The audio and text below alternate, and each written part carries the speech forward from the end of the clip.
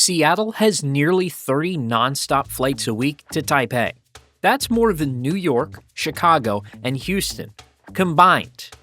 What makes that strange is that Seattle doesn't have one of the largest Taiwanese populations in the country. Los Angeles and the Bay Area do, by a wide margin. So, why does Seattle quietly operate one of the most heavily served transpacific routes in the United States? The short answer is because Seattle isn't flying to Taipei for Seattle. It's flying there because of how Taipei functions as a hub and how airlines build their networks around it, and why Seattle fits into that system better than almost any other U.S. city. A lot of transpacific flying is built around destinations. Tokyo, Seoul, even Hong Kong to a degree, those are places that people are actually trying to get to. Taipei works a little differently. For many passengers, it's not the final stop, but it's the midpoint. Taipei is one of those airports that quietly punches above its weight as a connector. From there, airlines can reach Southeast Asia and a long list of secondary cities that don't have nonstop service from the US. Places that would never justify a direct flight on their own suddenly become very reachable with one stop. That changes how airlines think about demand. And once a route starts feeding connections instead of just local passengers, frequency starts to matter more than size. One massive flight a day isn't nearly as useful as multiple departures spread throughout the day. More flights mean shorter connection times, more options, and fewer missed onward flights. For airlines, that flexibility is gold. This is where Taipei really separates itself from other Asian hubs. It's efficient, it's geographically well positioned, and it's built for smooth transfers. Airlines don't need to rely on a single daily departure to make the economics work, because they can add frequency and let the network do the heavy lifting. That also helps explain why multiple airlines are willing to compete on the same route. They're not all chasing the same exact passenger. Some are focused on Southeast Asia, some are feeding alliance networks, and others are prioritizing cargo or time-sensitive traffic.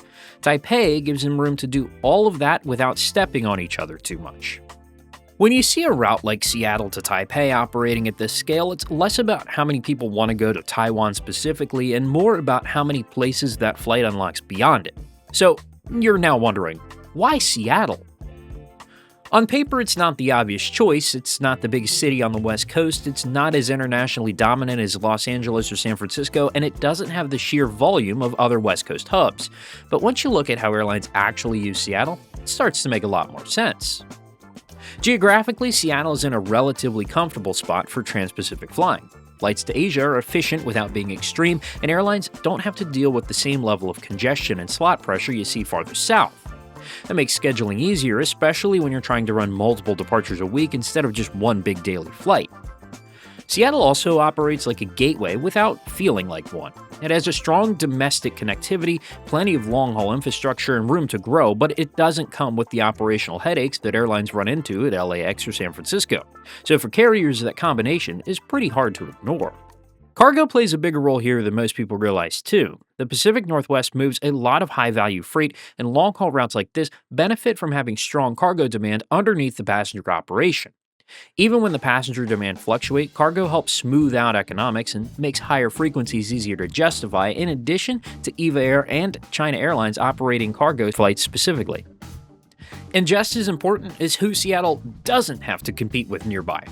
Portland doesn't have the scale, and Vancouver comes with international borders and different traffic rights, so Seattle ends up being the cleanest, simplest option for airlines looking to serve this part of the continent. Put all that together, and Seattle stops looking like a strange outlier, and it starts looking like a really practical choice for airlines that want reliable access to Asia without the complications that come with the bigger hubs. Now, I'm not going to sit here and tell you that Seattle isn't a large airport. In fact, it ranks as the 12th busiest airport in the United States by total passenger enplanements, which is heavily fueled by the fierce domestic competition by Alaska and Delta. If this so-called battle for Seattle intrigues you, I found a great video by the creator Aviate that I highly recommend. I'll link the video in the description below. Once you really zoom out and look at who is flying this route, the picture changes pretty quickly. This isn't one airline taking a risk or throwing capacity at a market just to see what happens. It's a mix of very different airlines with very different business models, all finding a reason to be here at the same time. Alright, so let's start with Eva Air because they're the foundation of this route. Eva has decades of experience flying between the US and Taiwan, and their approach to Seattle feels anything but experimental. The combination of daily service plus additional weekly frequencies tells you that this is a market they understand well enough to fine-tune. Eva isn't trying to create demand here, they're responding to demand they know already exists, both for passengers and for cargo. Eva Air operates dedicated cargo flights from Seattle, and Seattle fits cleanly into Eva's broader North American network, and their consistency is a big reason this route feels stable rather than speculative.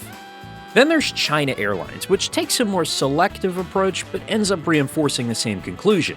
China Airlines isn't trying to overwhelm the route with frequency. Their schedule is tighter and more deliberate, but the important part is that they're willing to commit wide-body aircraft here at all.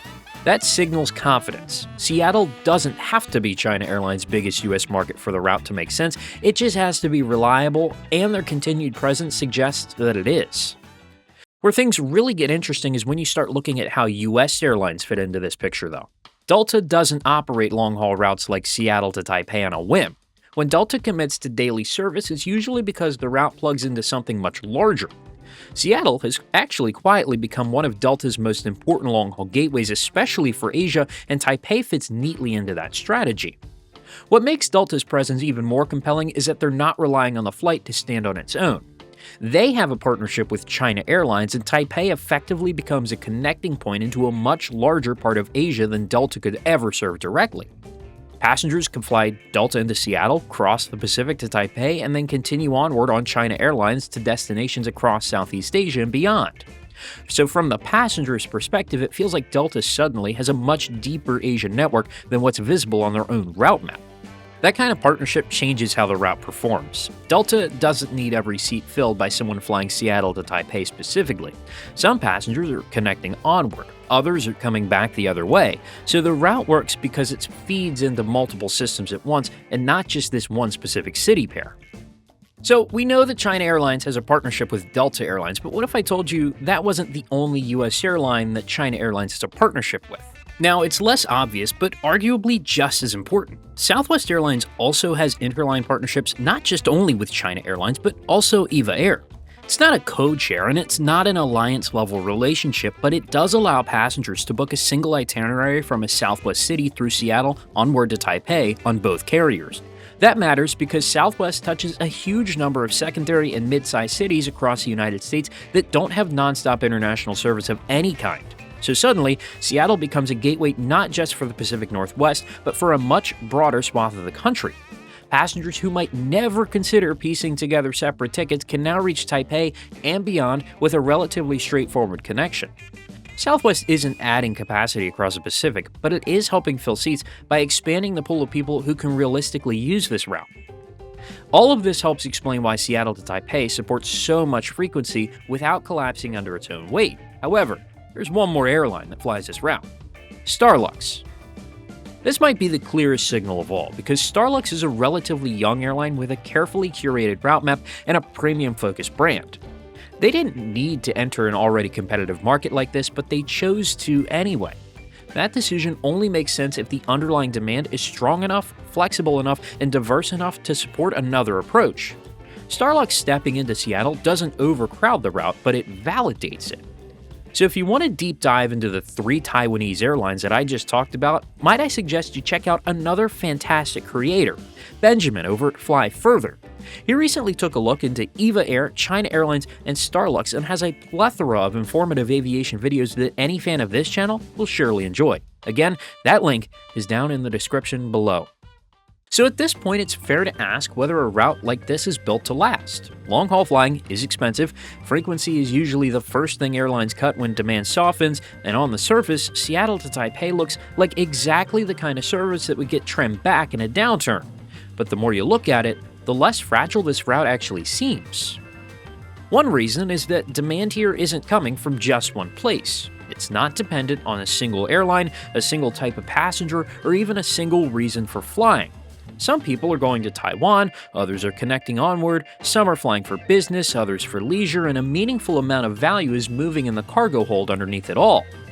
When demand is spread out like that, the route doesn't rise and fall as sharply as something that lives or dies on one market.